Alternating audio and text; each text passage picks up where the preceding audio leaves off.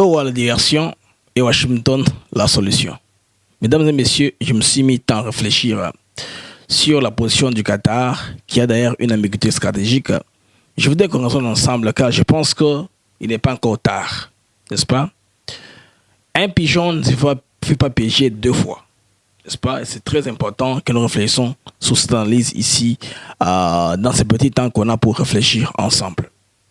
Aujourd'hui, notre train de la paix est bloqué en gare. Et la gare s'appelle Doha. Doha, la capitale du Qatar. Si nous reprenons la voie directe avec Washington, nous pouvons relancer la machine. Le train peut avancer calmement comme ça. Sinon, nous risquons de laisser Kagame gagner du temps jusqu'à ce que la patience américaine s'épuise. Et quand elle s'épuise, la victime qui est la RDC sera livrée à tout genre de deal qui n'est pas bon, pour ne pas dire à l'ours. Les amis, la date du 15 décembre 2024 restera comme une erreur stratégique dans notre diplomatie. Pourquoi je le dis? Parce que ce jour-là, le président Félix Tshisekedi sacrifie en quelque sorte la voix de Luanda qui, de toute façon, n'est pas d'issue, n'ayant pas de moyens de contraintes ou de manœuvres pour faire amener Kagame à la table. Il a choisi par ses équipes de conseil de s'asseoir à Doha, sous l'œil bienveillant de l'émir du Qatar. Une décision arrachée par des conseillers mal inspirés, moi je dirais ainsi, et donc les conséquences aujourd'hui éclatent au grand jour. Mesdames et messieurs, pourquoi Kagame fuit Luanda, mais il préfère Doha? La réponse est simple, limpide.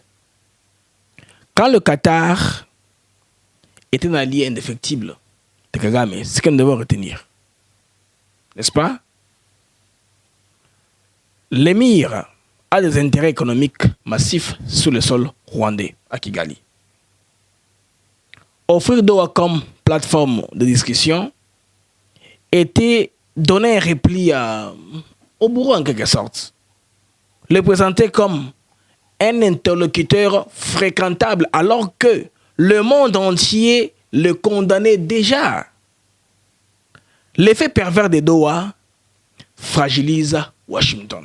Pourquoi je dis cela? Parce que au départ, les États-Unis avaient une ligne claire, la résolution 2773 du Conseil de sécurité des Nations Unies. Washington est resté sur cette voie-là. Il y avait déjà un mécanisme à l'international qui poussait Kigali, n'est-ce pas, à fermer ses clics et ses claques et quitter la RDC. Bon, à l'époque, c'est une fermeté assumée. Kagame devait seulement se retirer, sans aucune condition, sans aucun préalable. Mais où sommes-nous arrivés aujourd'hui? L'entrée en scène du Qatar a changé la donne. Doha a imposé la politesse diplomatique que nous ne voulions pas dès le départ. On voulait suivre le texte à l'international pour bien avancer, n'est-ce pas, dans le processus tel que proposé par la communauté internationale. Mais, comme vous le savez, les résultats c'est quoi? Équilibre. La haine américaine d'imposer la paix se dilue au fur et à mesure qu'on est en train d'évoluer. Washington, au lieu d'agir en arbitre, s'est retrouvé piégé dans un théâtre diplomatique piloté par un allié de Kagame proche, l'émir Al-Thani du Qatar. Alors, pour continuer la réflexion, les amis, le véritable plan de Kigali derrière Doha est lequel? Pendant que l'on parle à Doha, le Rwanda poursuit la formation de ses militaires par le Qatar, comme on l'a vu dans les images qu'on nous a balancées ici. Kagame gagne du temps pour rêver Uvira et Grand Katanga. Il rêve prendre ces bonnes parties de la République démocratique du Congo pour ainsi, pour ceux qui s'écrivent d'accepter l'inacceptable. Et il gagne le temps en le faisant. Son M23 s'est dit prêt à reprendre les hostilités si les discussions échouent.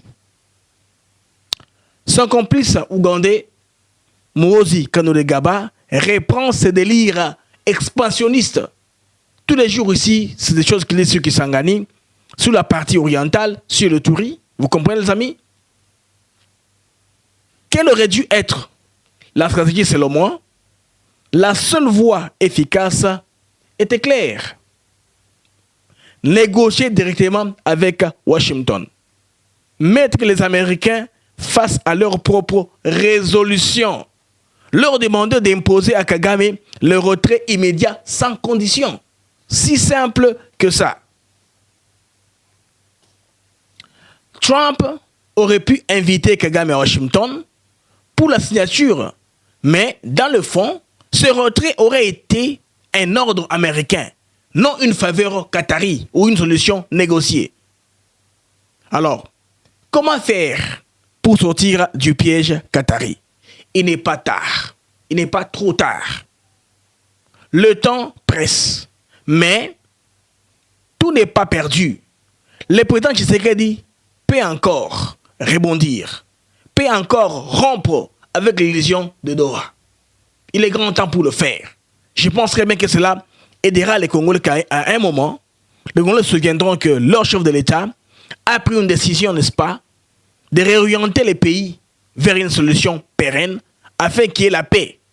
Je pense très bien que Washington est la voie exclusive qui peut nous apporter la paix. On a déjà démontré par la volonté. À ce qu'il a été demandé à la RDC d'aller au Qatar, s'éparpiller, par le M23, le gouvernement congolais l'a fait, en brisant ces lignes rouges, de ne jamais négocier avec les pantins, de négocier toujours avec leur maître. Tshisekedi a cédé à ça. Maintenant, il est grand temps, je pense bien que, de réorienter les choses. On a suffisamment démontré aux Américains que Doha n'est pas un processus neutre, mais un piège de Kigali. La dernière expérience, c'est le texte proposé par le Qatar, confectionné par un cabinet d'Amsterdam proche de Kigali. Que faut-il encore pour prouver que le processus de Doha est biaisé et qu'il est grand temps de s'en tirer? Réactiver la pression pour un retrait immédiat, condition essentielle pour la paix. Réétiquettons maintenant les gens qui sont les occupants. Ils sont des Rwandais. Quand on dit M23 AFC, on est en train de congoliser les mouvements et de donner indirectement pour Kagame, qui est le bourreau, l'agresseur. Le Congo n'a pas le droit de se tromper deux fois. Doha n'est pas la solution.